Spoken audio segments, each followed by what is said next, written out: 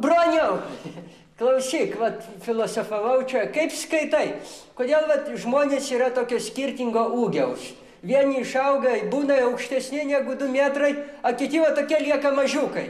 Nu, taigi čia yra labai paprasta, elementaru. Nu, esu kažką tai girdėjęs apie genus, genetiką. Nu, tai čia kaip pavadinsi, taip nepagadinsi. Čia viskas priklauso nuo to vieno geno, kur pas visus vyriškius kapšu tarp kojų pupso. Tai nori pasakyti, kad nuo pono Pimpio papalo, prie ko išeis? Tai kiekvieno vyriškio ilgis parodo jo tėtės Pimpalo ilgį. Vat pavyzdžiui, akivaizdžiai matosi, kad mano tėtės Pimpalas buvo kokių 10 centimetrų ilgesnis už jūsų tėtės Pimpalą. Nu, nepasakyčiau, Broniau, kad jūs jau esate labai aukštas, netgi dar sakyčiau ir kūdas toksai link galvos. O jūs pats liliputas ir jūsų vaikai bus dvarfai. Ir jūsų vaikai bus tokie kaip tas prakeiktas pingviniukas Lolo iš Klaipėdos. Pingviniukas Lolo. Atsirado, matai, gigantas. Su tavo gėda, atsiprašant, tu niekada jokių vaikų neturėsi.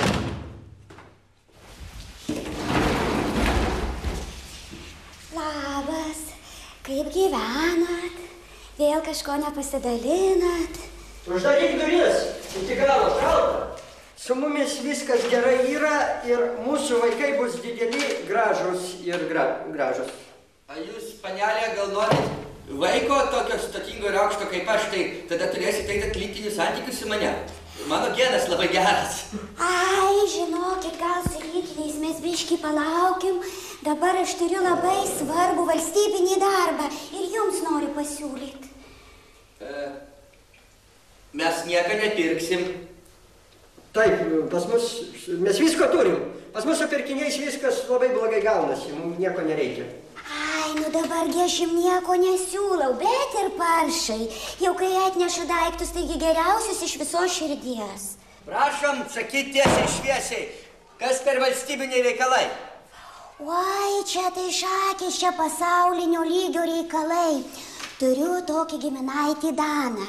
Jis yra karikatūristas ir jis ten pripaišė kažkokių tai tokių paveikslų, kur dabar viso pasaulio madžohidai jį gaudo. Klausykit, gal jūs galit paslėpti jį trumpam visai pas save? Aha, ieškok durnių kitoj vietoj. Jo, nori, kad pradėtų ir mumis dabar persekioti. Jiegi pavojingesni už paukščių gripą. Ateisi da susisprogdins arba susprogdins va garažą. Ir dar su visais artimaisiais susprogdins, kad nebūtų ką laidoti, tik tais vienas faršas. O kur jūsų patriotizmas? Aik, tu aš tau pasakysiu srūtų valgyt beždžionę. Būtų bent jauna kokia karikatūristė, tai dar pažiūrėtume. O dabar kiši kažkokį tai senį mumis. Bet tai, kad jis dirbtų, jums jis pavalytų, neveltėdžiautų, kažką padėtų, o valstybė tai jums gal medalį duotų ir premiją. Eik tu srūtų. Premiją? Premiją duotų, manau, jau po kokį 100 milijonų kiekvienam atskirai eiliuosiai. Nu tai ko tu lauki? Tai davai vesk čia tą senį. Calm down.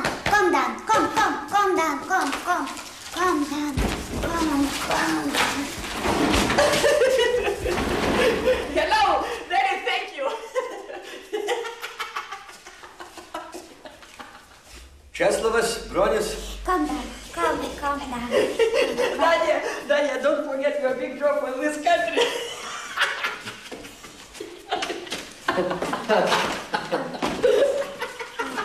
A ką jis moka daryti šitas instrumentas? Oi, tai jis labai garsus karikatūristas, jis labai geras piešikas pasaulinio lygio, jo karikatūros labai brangios. Calm down. Na gerai, jūs čia tvarkykitės, aš bėgu tvarkyti jo popierių dėl pabėgimo. Gerai, kol madžohedai dar jo nesugavo, tvarkotės. Calm down. Senukas paišysi nuogas bobas. Boba. Nuoga boba. Tai mes tau liepsim ką nors paišyti, piešt, O tu paaišysi. Ja. Ko tu mane muši? Atsiprašau, prie užsieniečių gal galėtume nesimušti. Teisingai, prie užsieniečių reikia kultūringai būti. Reikia savo nacionalinį... Naked woman. Woman, naked.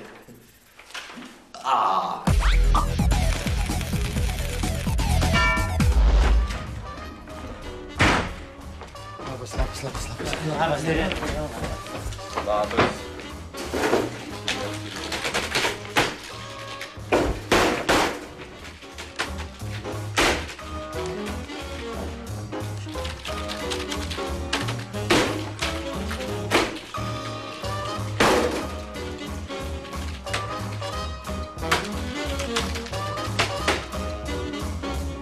Tai va, vyrai ir moteris, Lietuva pavojuje.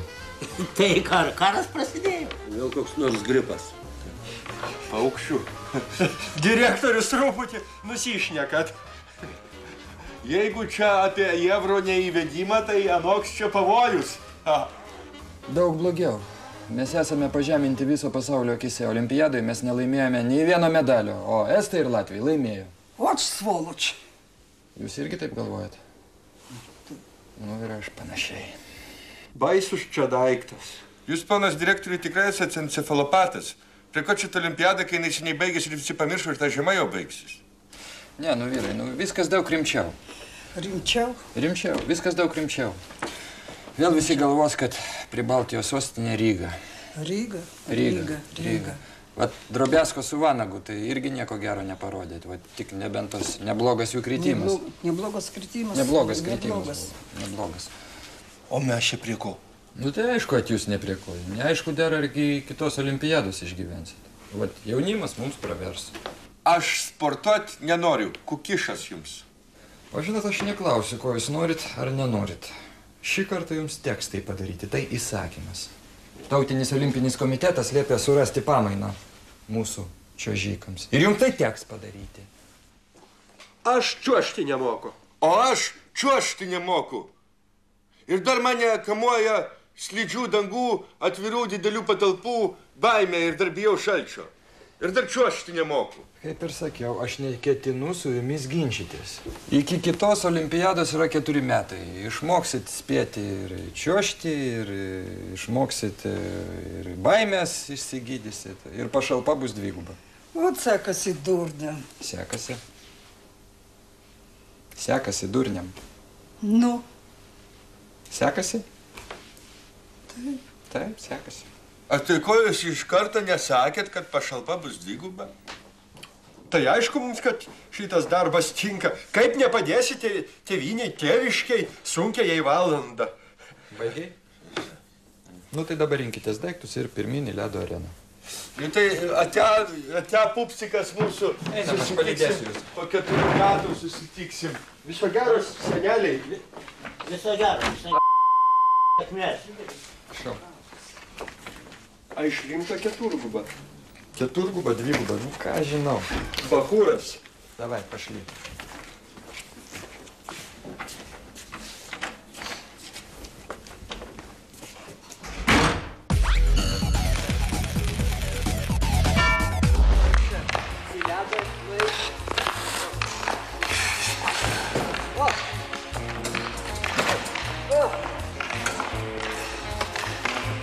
Atsargiai, broliau!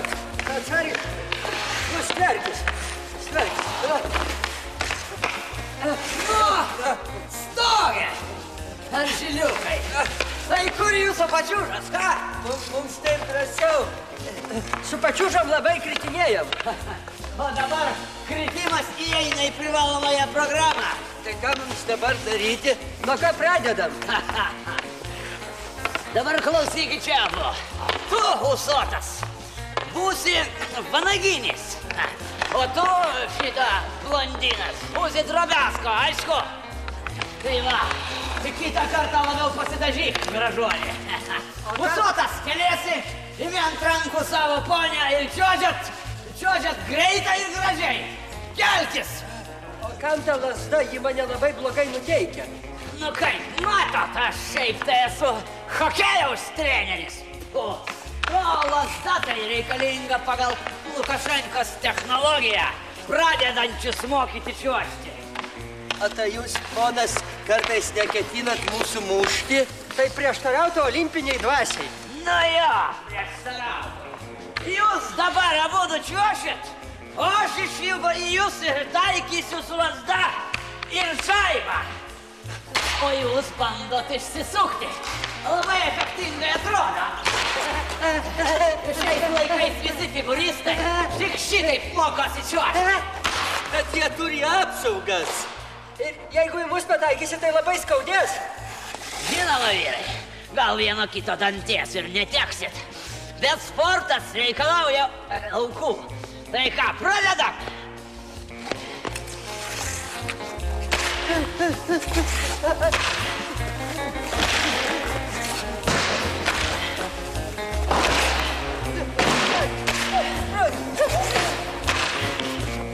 Nu, gyviau, vyručiai. Jeigu šitaip stengsitės, tai treniruotės pabaigos nesulauksit. Gyviau! Nu!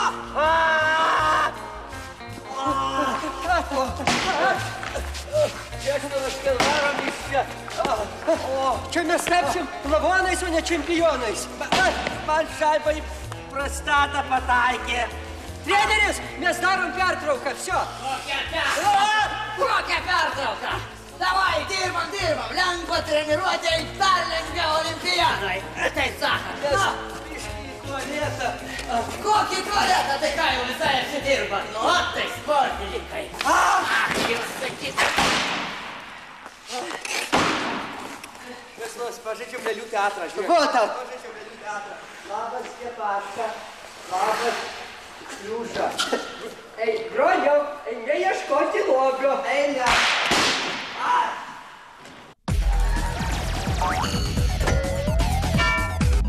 Kakariekų ūsų nosinė, atsiprašau. Čia mūsų laida Naktypečiai su ponu Česlovu ir babytė Bronė. Babytė Bronė galit nusimti savo dujokaukę, nes ir be jos baisiai atrodote. Aš tai bijau šito negyvo paukščio, nuo ko jis mirė, kaži. Kartą vaikai, o kai kurie ir saugusiai, gyveno vištelė su gaideliu, kas jiems labai blogai baigėsi. Ne, nebijok, tikrai ne nuo paukščių gripo. Jam buvo nukirstas ar jai užpakalis, ne, galva buvo nukirsta. Kaip tai paliegusiai atrodo. Tai va, gerbimieji vaikai, gyveno jie savo, lagiojo po pievas, lėsiojo grūdus, džiaugiasi gyvenimu. Nu, šitas tai tikrai nesidžiaugia gyvenimu, nes kaip žinia, baisus paukščių gripas, kurio formulė H5N1, nuo kurio krenta paukščiai ir jie nerekomenduotini valgyti. Na ir vieną gražią dieną, kai gaidelis lytiškai subrendo, prieš miegą jisai savo vištelę patratijo. Babytė, baikit savo erotinės fantazijas. Prašau jūsų. Jūs pasistengkit dėl mane. Ir višteliai tai patiko, kad jinai neatkybo nuo gaidželio nei dieną, nei naktį. Vis lindosi savo kloaką prie jo trynėsi, nes kaip žinia, vištelės neturi nei šlapės, nei analo. Pas jas per vieną kloaką ir lenda kiaušiniai ir gaidelis jas gali per ten kratyti. Babytė, Bronė, aš dar turiu truputėlį papasakoti. Čia visai kaip ir jūs, pas jūs irgi nėra nei analo, nei šlapės, pas jūs vieną kloaką, tur viskas. Aš truputėlį noriu užbaigti, kad ir nuo paukščių gripo kritusią mėsą galima valgyti, bo gaila išmesti. Bet tik reikia tinkamai paruošti vištelę. Tai va, kaip žinote, paukščių gripo formulė yra H5N1, o mes tą formulę galime nugalėti su kita formulė, kuri vadinasi CH2H5OH. Tai kas reikštų spirito formulė. Visiems gerai pažįstamas spiritas. Spiritas ir be vištelės yra skanu. Tai va, vaikai, gaidelis nors ir buvo jaunas bei pajėgus, tačiau jį taip nuvargino vištelės kamantinėjimai, kad jis pradėdavo nuo jos slėptis, tačiau jį vis tiek jį surasdavo ir versdavo žaisti savo nešvankius, paukštiškus meilės žaidimus. Nu, ruošiant mūsų vištytę, kuri yra jau puodė, mums reikia kokio nors skysčio, kuriame būtų labai daug spirito. Jūs suprantat, ką aš turiu galvoj. Ir užpilame dezinfekcijai. Be to dar tinka daug skysčių, kurie turi savyje spirito. Tai visokie valikliai, dažikliai, netgi langų valiklis. Reikalui esant galime aptepti vištą batų tepalu, kuris turi spirito, kai sakoma dėl prieskonio. Ir visą tai dedame ant viryklės ir kaitiname. Ir štai vieną kartą gaidelis, nualintas vištelės dėmesio, pasikavojo lazdynų krūme. Tačiau pribėgusi vištelė pradėjo jam šaukti, nulipk mano gaidelį, leiskis gaidy, pasikrūšim. Tada gaideliui nustojo plakti nervai ir jis atmėtė negyvai vištelę lazdyno riešutais. O tada, vaikai, atėjo šeimininkas ir pamatęs tokį bezabrazijų, nukirto gaideliui galvą prieš tai, padaręs Zalyčio knygoje aprašytą aktą Kalakuto būdu. Na, o tada ir vištelė jis nukirto galvą ir tai baigėsi vištidės Romeo ir Džiuljetos istorija. Ir jie buvo suvalgyti. Jis kadėl labai čia pasimis kvetai, matau, pasipimsiu. Babytė, atiduok mano lazdynų pelėdą. Gražink.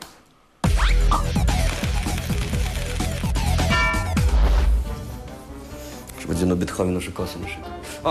Labas vakaras, gerbiamas žiūrovas. Šiandien, kaip ir kiekvieną trečiadienį vakarą, rubrika Netradicinė medicina ir jūsų daktaras Zbignevas A. Niskauda. Šiandien pakalbėsime apie tai, kaip dažnas iš jūsų maitinasi neteisingai ir dėl to išsivysto visokie nedugai, kaip spalinukis, skizofrenija, tiesiosios žarnos trauma, sifilis ir kiti nedugai. Kodėl tai vyksta? Dažniausiai tai būna dėl to, kad žmonės valgo gavno. Kad šitaip nebūtų, mes jumis šiandien pamakinsime, maitinsis taisyklingai, kad jūs, kai numirsite, žmonės sakytų, žiūrėkit, čia atrodo kaip gyvas, a galėjo gyvensi ir gyvensi. Šiandien jūs valgysite pagal Feng Shui principus. Kur mūsų ligonis? Česlovas, labą dieną. Atseikite, nebijokite. Labą dieną, daktaras. O jūs jau čia. Ar neskaudės man? Jums visiškai neskaudės. Kaip žinome, Feng Shui yra mokslas apie harmoniką. Todėl pirmus saulės spindulius pajusi ant savo kūną mes turime pradėti pusryčiauti, tam, kad jie užkrautų energijos visai dienai. Česlovas, atsistokite ant vienos kojos, savo veidą pasukis į rytų pusę, vaizduosite krikšdutį. Aš tuoj nugriūsiu. Nenugriūsite. Valgykite va šitą kulšį ir šitą jums pakraus energijos visai dienai.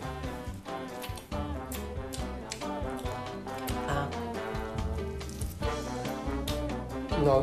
Dabar paperskite. Dabar vėl užkaskite. Va, tai ir vadinasi Feng Shui, pizėjimo ir maisto harmonika. O galima gal nepusryčiauti? Ok, dabar pereisim prie pietas. Jūs stokitės veidu į kamerą ir pasilenkite, taip, kad jūsų žopa būtų į šiaurę ir daug dievė pustis kersvis, kad nuneštų visas jūsų lygas. Ai, kampas! Šitas nebuvo būtina, bet užtat labai smagu. A dabar valgysime pietas. Jūs be rankų, rankas už nugaros ir pasikliaupdamas nuo žemės paimkite kulšelį su zubais. Rankomis nelieskite, nes panagėse pilna bakterijų. Vo, teisingai. Kampas, kampas. Va tai valgome pietus. Žinote, gal vakarienės aš ir atsisakyčiau jau. Ne, vakarienę jūs valgysite, sukdamas per jausmenį šitą, prašom, lanką, kaip cirko artistė su ribiais šlauniais. Sukate, šitai simbolizuoja, kad jūs pasikraunat energijos visai nakčiai. Gal užseks suktis, jums nelabai čia pavyksta. Valgykit kulšelę šitas.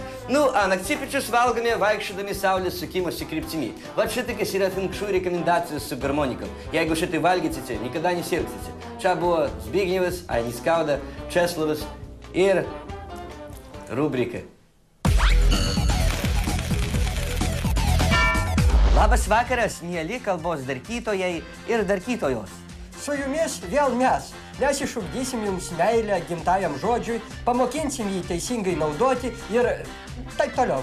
Mumis dažnai pristabdo gatvėj ir prašo paaiškinti vieno ar kito žodžio reikšmę. Mes visada mielai padedame. Tik nebijokite jūs, klauskite, rašykite, paskambykite. Įdomaunas iš tai Aldona iš Zarasų. Kodėl toks juokingas, na išties, šmaikštus. Ir mums pasirodė vardas Sargis, šunio vardas. Todėl, Aldona, kad savo šunį pavadinai apsaugos priemonės liaudiškų pavadinimų gandonų. Na, o štai antai dar vienas neteisingai vartojamas žodis – čiulptukas. Tuom čiulptuku kodėl tai vadinami daiktai, kuriuos čiulpia vaikai. Ir šitas žodis reiškia ne daiktą, o tam tikrą žmogaus būdą. Na, o žmogus, kuris gesina gaisrą, vadinamas gaisrininku. Na, o žmogus, kuris miega po traktoriumi ir jį kartais vairuoja, vadinamas traktorininku. Žmogus nelaikantis šlapimo myžnius. Nors čia gal ne pats geriausias. Ne pats geriausias. Pavyzdys. Nereikėtų tokia apibendrinimų. kolega. Na, o čiulptukas yra žmogus, asmuo ar individas, kuris čiulpia. Ką tai čiulpia? O ką tai galite čiulpti, tai patys gerai žinote. Tikrai ne soskę, ne bombonkę ir ne cigaretę. Taigi, užvadinę merginą, kuri mėgsta šiaip rūkyti, čiulptuke, nepadarykite esminės klaidos. Tai iki kito pasimatymo. O jūs mano čiulptukas.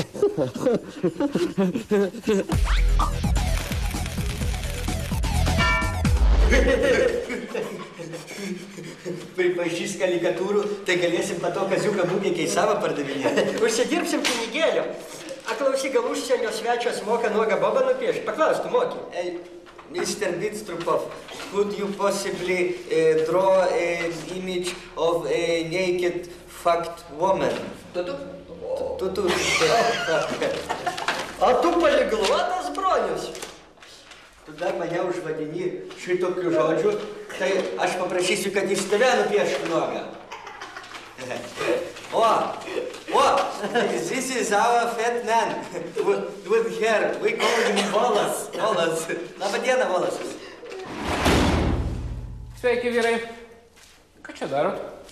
Ai, mes čia ruošiamės kitų metų kaziuką mūgiai. Pinigėlio užsidirbsim biškį. Nu, ir iš ko jūs tos pinigus darysit? Bob atsiuntė Danų karikaturistą, tai jis paišė. Sakė, pabus kurį laiką, pagyvens, tai darbo atsilygins. A kalbėti nemoka, tik tai vaikikenais ir paišo. Įdavėm juokingus piešinukus paišyti. Jo, Bitstrupovas. Nelabai supratau.